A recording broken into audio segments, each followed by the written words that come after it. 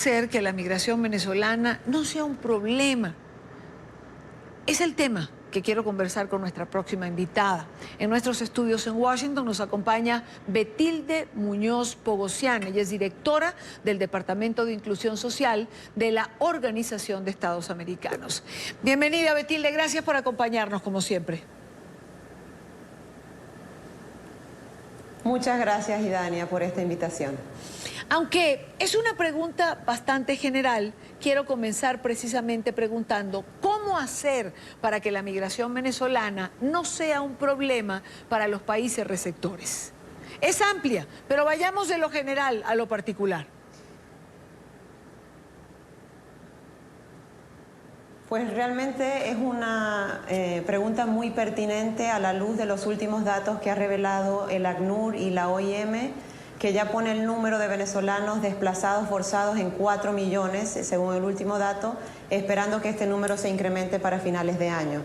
Y esto sin duda está poniendo pesos importantes en los países receptores, en los sistemas de protección social, en los mercados laborales, pero desde la OEA, desde la Organización de los Estados Americanos, creemos que la posibilidad de hacer esta crisis migratoria o este flujo de venezolanos llegando a los países, convertirlo en una oportunidad en vez de un problema, tiene todo que ver con las políticas públicas y las respuestas que den los países que los están acogiendo.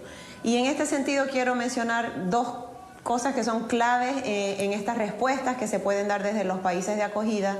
En primer lugar, por supuesto, lo es la regularización, es decir, cómo garantizar que los venezolanos entren a los países de forma ordenada, de forma segura y, por supuesto, el país receptor sabiendo los volúmenes que se están manejando, los perfiles de personas que están entrando.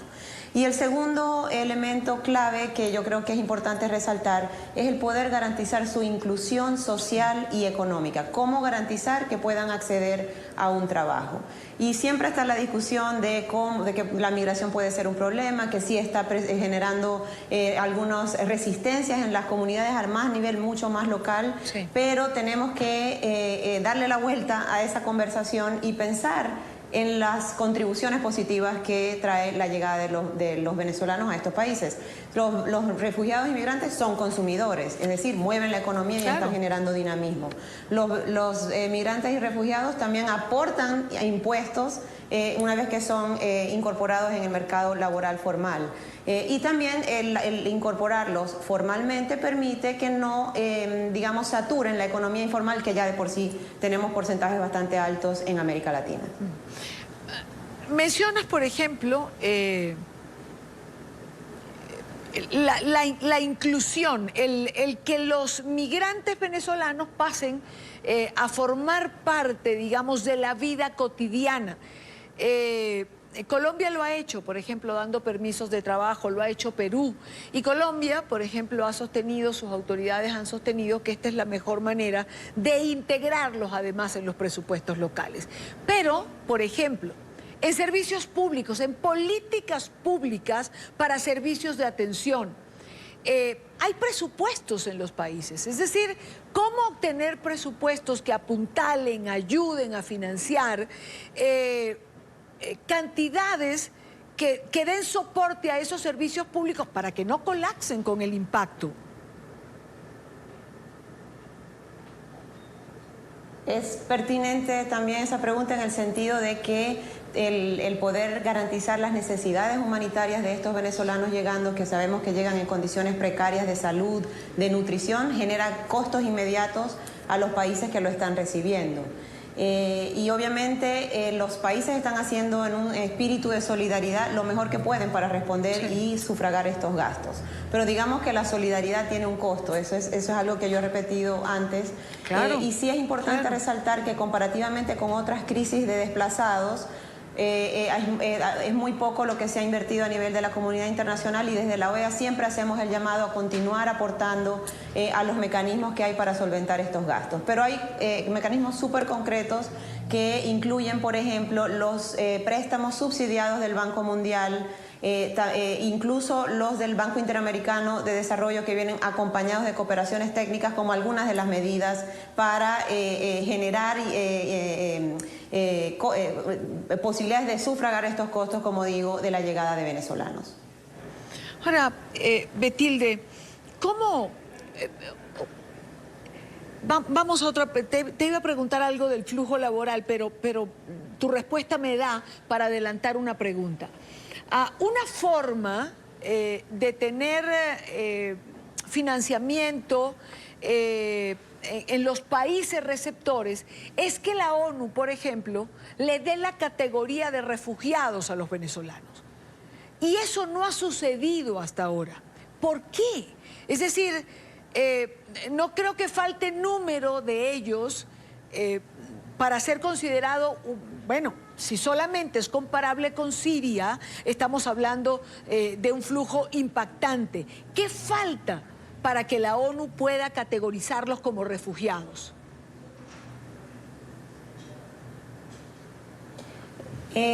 Bueno, la ONU y digamos el sistema global, el sistema regional, tiene que tener una conversación seria sobre si estamos ya en un nivel de crisis y en condiciones particulares de estos venezolanos que amerita que utilicemos la definición de refugiados de la Declaración de Cartagena de 1984.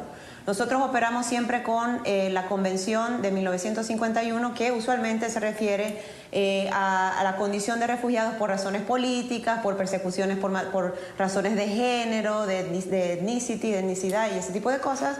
Pero en el caso particular de la definición de Cartagena, especifica que las personas pueden ser consideradas refugiadas cuando hay una disrupción del orden público del país de donde salen y obviamente una sistemática violación de sus derechos. Y esto es precisamente lo que cada vez se hace más evidente en relación a los venezolanos que están llegando a los países de Sudamérica, a los países de la región y al resto del mundo.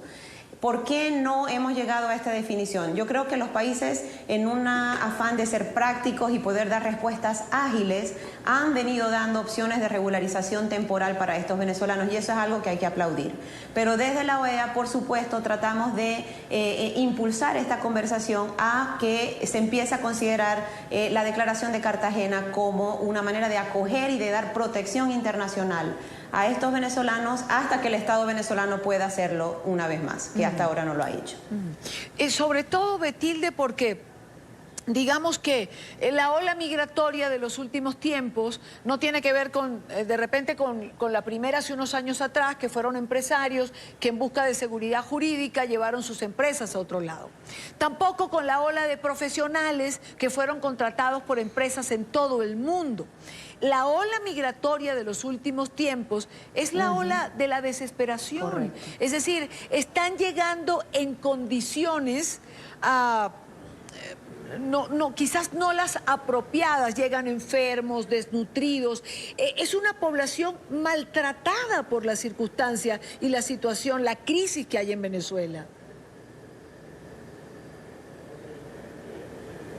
Correcto, y es precisamente por eso que tenemos que empezar en otras definiciones operativas para poderles dar acceso a salud, acceso a educación, acceso a trabajo a esta población que ya viene con medios de vida agotados, que viene con enfermedades crónicas que hubieran podido ser fácilmente tratables y no han podido hacerlo porque no tienen las condiciones del sistema de salud en Venezuela, con desnutrición. Tenemos una gran cantidad o un porcentaje alto de niñez arribando a estos países en condición de desnutrición o malnutrición, en fin. El cuadro amerita una discusión, como digo, muy seria sobre cómo garantizar protección bajo el marco de Cartagena. Por supuesto que esto tiene, probablemente genera compromisos para los países receptores y aunado a los compromisos, gastos, costos. Y por eso hablábamos más anteriormente sobre estos mecanismos que hay para apoyar a estos países en la acogida de los venezolanos.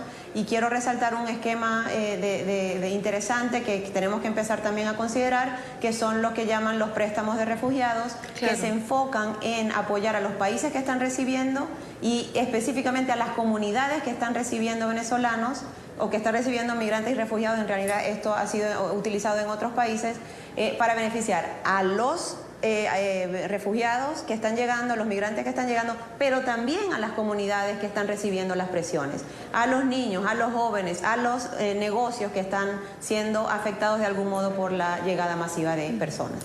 Ahora, ¿Quiénes tienen que dar esta discusión y en qué escenario? Esta discusión tendría que darse a nivel regional. Nosotros desde la OEA consideramos que precisamente la OEA como foro político por excelencia de la región es un buen espacio para tener esta discusión, pero por supuesto tendría que ser llevado a otros escenarios, incluido el global. Aquí, por ejemplo, la principal agencia encargada de garantizar esta protección a los refugiados es el ACNUR, la Oficina del Alto Comisionado de los Refugiados de la ONU, con quien, por supuesto, y han sido también, han hecho abogacía por la aplicación de la Declaración de Cartagena, al igual que nuestra Comisión Interamericana de Derechos Humanos en el marco de la OEA, en el sistema interamericano. Y un tema que no quiero dejar fuera de nuestra conversación, Betilde, es el derecho que tiene la diáspora venezolana a tener una identidad legal. Un paso importante creo que ha sido la posición de Estados Unidos de aceptar el pasaporte vencido por 5 años. También Colombia ha metido un decreto en este sentido, pero ¿qué hacer? Es decir, hay gente anclada en lugares donde no se puede mover porque se le venció el pasaporte y no hay forma ni manera de que el régimen en Venezuela garantice esa identidad a la que todo ciudadano tiene derecho, venezolano o no. Correctamente, el derecho a la identidad es un derecho humano básico y de algún modo es la puerta de entrada a una serie de otros derechos, incluido el derecho a la educación, a la salud, al trabajo y al deporte, una serie de temas de derechos que están asociados a la identidad.